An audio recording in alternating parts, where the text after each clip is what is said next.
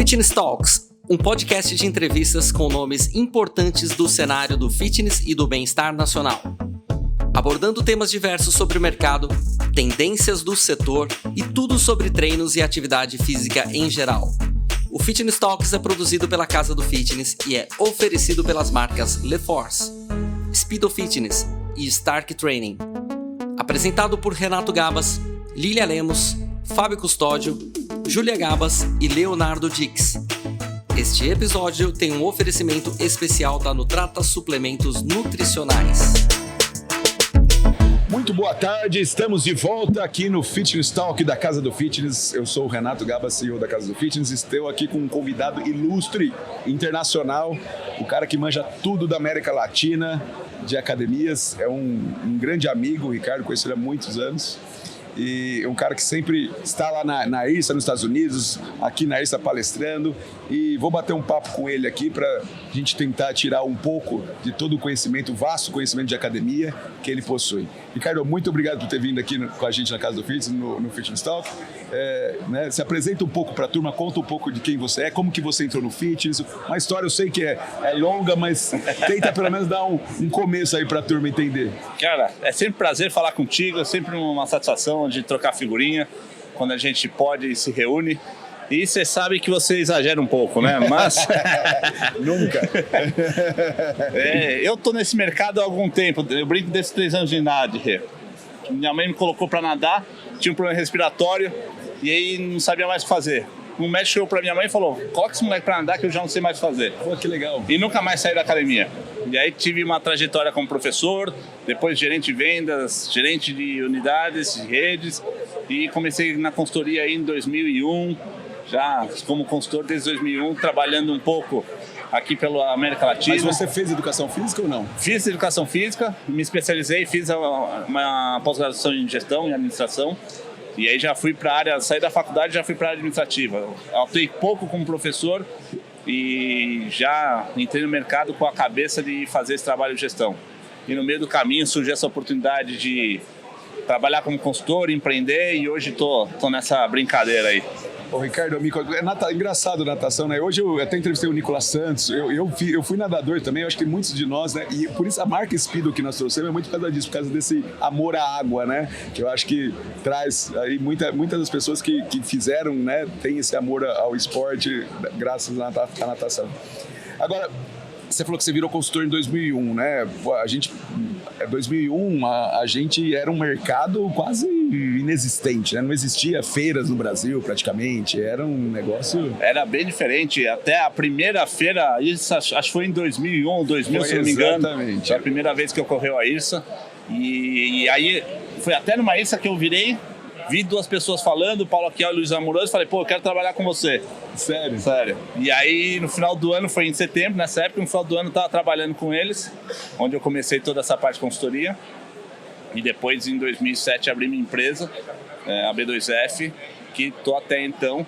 E o mercado evoluiu pra caramba, evoluiu muito. A gente vê, esse ano especificamente, a feira tá, acho que é a feira mais bonita que eu já vi aqui no Brasil. Sem dúvida. Os stands estão bonitos, tão grandes, o fluxo de pessoas está absurdo. O primeiro dia, anteontem e ontem, foi um volume gigante. E uma coisa que eu vejo também é a evolução do mercado em termos de conhecimento, né? Lá atrás a gente falava de processo. Como fazer um fluxo de caixa. Exato. E hoje a gente evolui, você vê a gente falando de muito mais serviço, muito mais recursos, e a operação em si ela já está muito mais azeitada, né? E muito mais investidores, né? Antigamente era aquilo, o cara era professor de educação física, queria montar a academia dele, fazia um esforço, tal. Poucas empresas eram realmente empresas, né? Que tinham uma visão empresarial, empreendedora do negócio, né? Era muito um gosto pessoal. Hoje em dia, aqui o que eu já atendi de investidores, de caras assim, que são de rede de varejo, cara que tem fundos, o que eu fiquei abismado, assim, o cara olhando realmente para um lado profissional do mercado de academia. Nesse sentido também, a gente começou pelas grandes redes, né? Os fundos entraram via essas grandes redes, e hoje você já vê redes menores, você já vê investidores querendo abrir um projeto um pouco menor, que expandir aí para muitas redes, mas eles já com vontade de investir. E até com o Lucas, um tempo atrás, antes da pandemia, a gente estava estruturando um fundo, cara, para investir no mercado fitness. Até naquela época estava muito mais favorável investir do que hoje. A gente ainda tem aí umas turbulências na economia, mas tem muita gente já procurando o que eu vou fazer com o mercado já em renda fixa diminuindo, onde eu vou investir. E aí, esse ano especificamente eu também vi como você, eu falei com outros fornecedores e todos eles falando de fundo. Pessoal do mercado financeiro, pessoal do varejo, tem pessoal da indústria também querendo entrar forte nesse mercado e os investidores independentes também. Exato. A associação, a gente até está montando um fundo, um FDIC, né? Talvez estamos aí falando, o Cadu tentando ver se chega aí 100 milhões pelo menos para financiar, né, as academias, essa expansão e tem volume. Eu estava com o João da Gympass também e disse, Renato, puta, eu tô vendo daqui um ano de não ter mais academia para o meu público, que eu mando para as academias. Então é legal isso, realmente uma profissionalização do nosso mercado, e eu acho que com isso passa também para o aluno algo melhor. Tem aquelas academias feias, processos ruins, né? Professores ruins, e hoje em dia a gente vê uma melhora nisso e consequentemente um aumento, uma expansão do mercado em si, né? Do usuário da academia, né? Sim. E acho que quando você falou do FDIC também, para abrir o fundo, hoje quem está investindo já vê muito mais tranquilidade e segurança para investir, muito menos risco, por isso que também facilita bastante. As garantias que as academias têm hoje são muito mais consolidadas nesse sentido. E é só um parêntese, só para você ver como essa questão de entrar esse investimento, como vai favorecer para todo mundo. Eu fiz um trabalho na Espanha em 2010. 2010, quando eu fui, o mercado espanhol estava atrás da gente. Estava bem atrás. E por conta da pandemia, eu trouxe uma empresa espanhola de marketing digital para o Brasil, para a América Latina, e eu conheci um pouco mais o mercado espanhol. O mercado espanhol evoluiu de 2010 até hoje muito mais que a gente. E aí eu comecei a falar com alguns espanhóis, falar, pô, o que houve nesse período? A gente estava muito evoluído, muito mais avançado, e hoje a gente está um pouco atrás deles, e aí foi unânime. Entrou investimento privado, a hora que entrou investimento privado, todo mundo se profissionalizou. Então todo esse movimento de entrar fundos através de investimento para fomentar o negócio, o investidor que quer vir e rentabilizar o capital, vai ajudar ainda mais nesse mercado. Eu acho que daqui a um ano vai estar divertido. Qual que é a sua dica, Ricardo, para um cara que é das antigas, que tem sua academia lá há 20 anos... e que tem reclamado, é fácil para aquele cara, um dia vai estar naquela história, um dia esses caras vão quebrar. Qual que é a sua dica para um cara desse, assim, que você pode falar? Primeiro, não adianta lutar contra, né? É uma realidade. E aí a gente vê no mundo inteiro esses caras contribuindo para o nosso mercado, a gente pode ter muito mais clientes do que antes. Primeiro ponto. Segundo ponto, a gente não precisa de dinheiro para fazer as coisas. É claro, um negócio tem que ser rentável, tem que ser sustentável, permitir reinvestimento sem dúvida nenhuma. Mas tem um aspecto, Renato, que eu acho fundamental, onde eu vejo os donos de academia pecarem. Eles acham que eu preciso de dinheiro para ter tecnologia, eu acho que eu preciso de dinheiro para ter equipamento. Precisa ter um equipamento bacana, precisa ter uma estrutura bonita. Só que o que faz a diferença em uma academia e outra são pessoas. O nosso negócio é feito para pessoas. Clientes são pessoas, nossa equipe são pessoas. Se eles dedicarem tempo, não precisa de dinheiro, dedicar tempo com as pessoas que ele está lá, ele vai mudar a vida dele. E eu tenho um exemplo muito claro. Outro dia, conversando, a gente falando sobre tecnologia, a inteligência artificial na prescrição do treino, que já é uma realidade, já tem aplicativos aí no mercado. Antes só as grandes redes tinham, a gente já tem acessível a quase todo mundo hoje.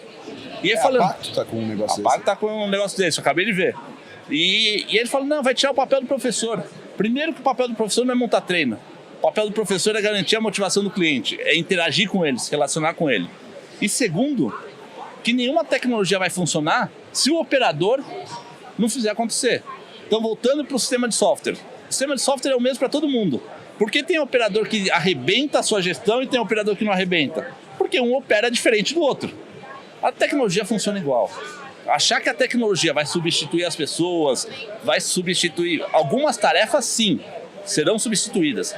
Mas quem aplica a tecnologia, quem interage com o seu cliente, são as pessoas. Então isso é fundamental. Dedica tempo para a sua equipe, dedica tempo para os seus clientes dedica tempo para você, gestor. Porque ele não esquece dele. Ele trabalha que nem um louco, fica nesse giro. Trabalha X tempo, monta uma equipe que tem autonomia e ele não precisa estar ali tanto tempo atrás do balcão. É a grande dificuldade, né?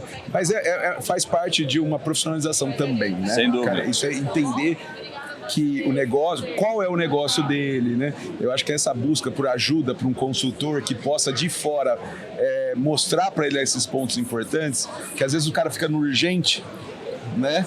Perfeito. E não põe o foco no que é importante. Perfeito. Né? Porque ali o aluno talvez não seja urgente, porque ele não está nem vendo o cara.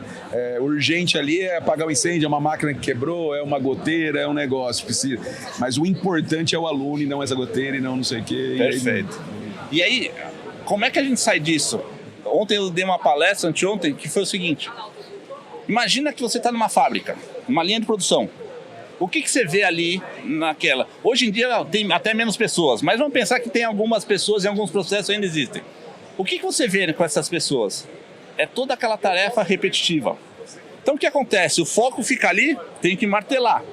E acabou, eu não tenho a visão, meu foco é esse. Qual que é a linha de produção numa academia? Dar aula. É você montar treino. É você apagar... fazer a manutenção dos equipamentos que quebraram, é você trocar. Isso é a linha de produção que te tapa. Sai dela. E pode contratar o consultor? Até pode. Pô, Ricardo, eu não consigo contratar o consultor. Reúne sua equipe, de novo, volta ao que eu falei. Treina a sua equipe para escutar seu cliente, treina a sua equipe para entender sobre percepção de valor e eles te trazem respostas.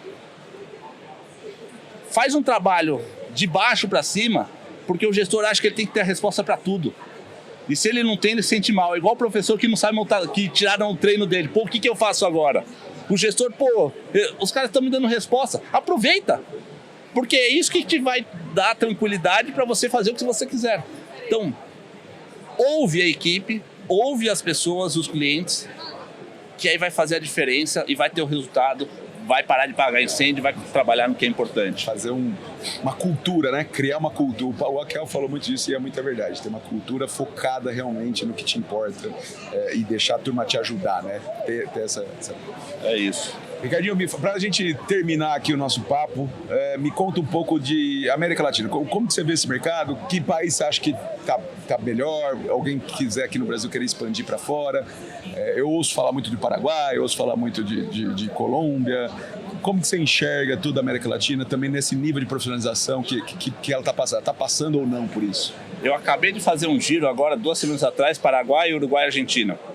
Tenho contato com o Peru, Chile e com a Colômbia. A Colômbia sempre foi um mercado muito bom. Então, a gente tem capital estrangeiro, tem fundos lá, as pessoas investem mais fácil, é mais fácil. A economia é mais estável. A economia é mais estável. Então, sempre é uma oportunidade. O que tem ali é que para entrar nesse mercado, você tem que entrar com uma estrutura boa, porque o mercado está extremamente competitivo. Hoje, o Paraguai é um mar de oportunidades. Por quê? Tem espaço, as academias ainda estão... deficitárias em termos de serviço e deficitárias em termos de estrutura. Quem chegar com uma estrutura bacana, com um serviço bacana, vai atrair muitas pessoas e vai conseguir trabalhar bem. E ainda tem até uma facilidade, que é a mulata, tem um programa do governo paraguaio que favorece a entrada de capital estrangeiro. Eu já ouvi falar, mas não me aprofundei. Eu esqueci o nome dele, eu até conheci lá nessa viagem. Então, o Paraguai é uma boa oportunidade. O Uruguai, para mim, foi uma surpresa grata, extremamente surpreendido. Por quê? É um mercado pequeno, verdade. Montevidéu, mas no interior tem potencial. Só qual é a diferença? Uma academia está cobrando lá entre 30 e 50 dólares por mês. A Smart Fit está entrando lá agora, vai abrir a primeira. Por quê? Viu essa oportunidade e é um mercado menor, em termos de investimento é menor, mas é um tremendo mercado. E esses 3, para mim, são os principais mercados. O Chile ainda está se recompondo da pandemia, ainda não voltaram, que era como a gente está aqui.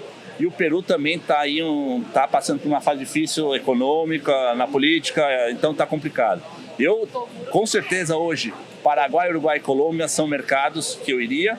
E a Argentina, a gente está aí num processo político também muito extremamente complicado. Há anos e agora piorou. Então... Você está indo para o outro lado mais radical, né? E aí, assim, lá, eu tô lá desde 2005, então já passei por muita coisa lá.